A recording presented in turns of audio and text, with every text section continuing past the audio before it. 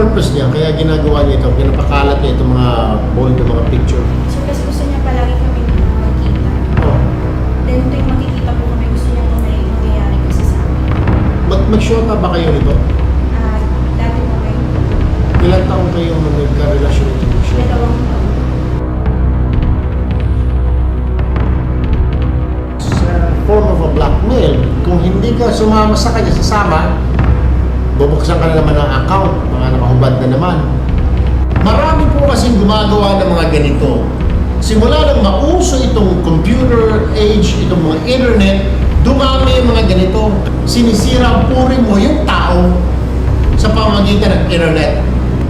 Kaya nga dito tutuldukan ito ng Bitag at Missionaries para tapusin ang katarantaduhan ng ito at panagutin siya sa ginawa niya. Patungo ang Bitag at Missionaries sa lugar na pagkasunduan ng complainant at saka ng suspect. Kung saan sila magkikita. Ang plano, gusto rin ng suspect, maunang complainant sa kwarto, pagkatapos mag-uusap sila, bibigay ng hudyat itong complainant, makuna lang namin ng recording na nakikiusap itong complainant, kunwari na last na lang yun.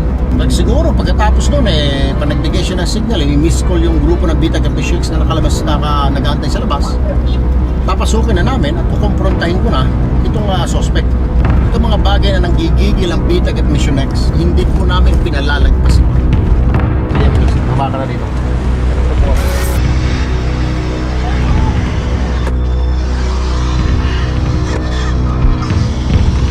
Nauna na yung isang team ng Bitag Missionaries, sumunod yung complainant, at pagkatapos maghihintay na ng hudyat. Kapag nandoon na yung complainant at pumasok na yung suspect, papasukin na rin ng Bitag at Missionaries yung kwarto. Nasaan yung mga pictures? Nasaan yung mga pictures? Sa Rasa Drive. External drive. Isa lang dalawa na. Yun lang yung dalawa na. Picture na nandun. Oh, yun yung nasa net. Oh, yun lang na pumunta. Siguraduhin mo na lang mahuli na po ah. Ba't ka tatawa-tawa dyan? Ayaw mo, inimitiya ka lang. Ayaw mo. Ayaw ko na nga kasi yung paulit-ulit na ginagawa mo sa akin. Anong tapos? Anong tapos? Video ako.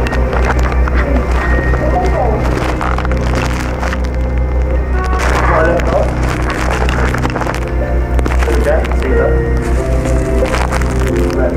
Oo nga. Ano ba yan?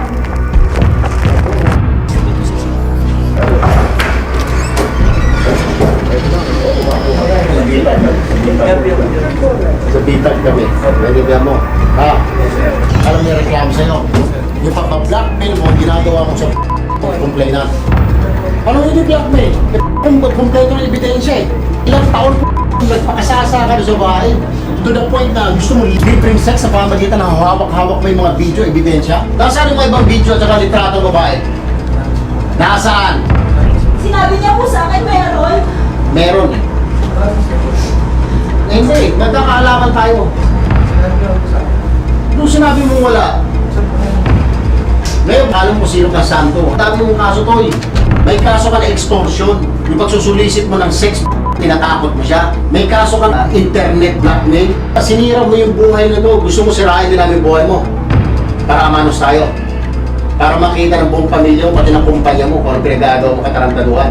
Naawa ba sa ito nang makiusap ka?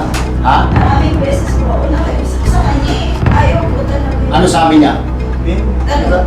Tumahimik ka. Magkita pa rin daw po kami.